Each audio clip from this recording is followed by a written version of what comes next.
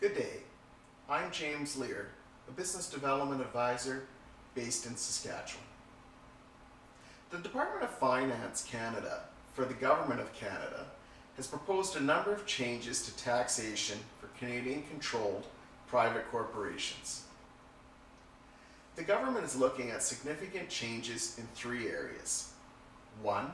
Income sprinkling. 2. Passive investment income. And 3. Capital gains.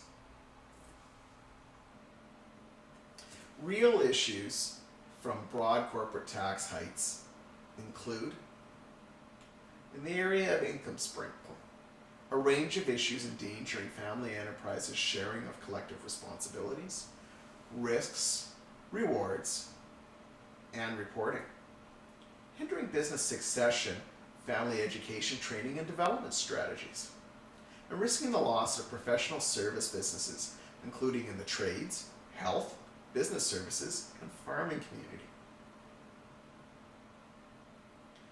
With respect to passive investment income, there's a complete misunderstanding of business risks, uneven business comparisons to salaried workers, overlooking real competing business structures, additional taxation on small and medium enterprises, creating competitive disadvantages for family enterprises, derailing business retirement plans, maintaining family farms, maintaining family businesses, stripping capital out of businesses, and deterring business and angel investment into other ventures. With respect to capital gains, endangering successful business succession for family enterprise and outright sale to new owners, higher taxation for farm and small business, creating double taxation and higher taxation on other types of business structures, such as publicly traded big businesses. Overall, there's a lack of in-depth analysis across all income levels of private businesses. There's inequities created for certain age, gender, and ethnic groups. This impacts private corporations' business competitiveness.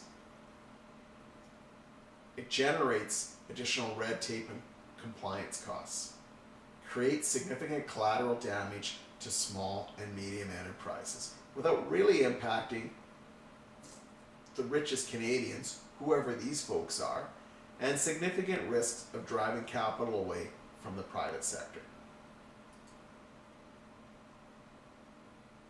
Given the magnitude of proposed tax changes impacting small business, the Government of Canada needs to take steps to ensure there are no unintended consequences from proposed corporate tax changes.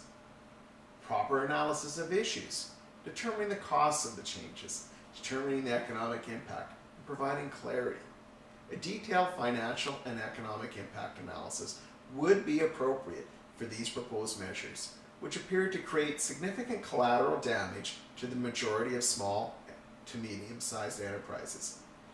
It is in the public interest to ensure businesses build strong balance sheets to survive economic cycles over the long term. Higher taxes on private small businesses could lead to stripping of retained earnings and drain capital out of the private sector. An exodus of capital triggered by high taxes will lead to business contractions and closures. It is critical that the proposed reforms to corporate tax changes do not result in unintended consequences. Tax fairness must ensure that Canadian-controlled private corporations are not set up to fail with higher taxes compared to Canadian public corporations and multinational competitors.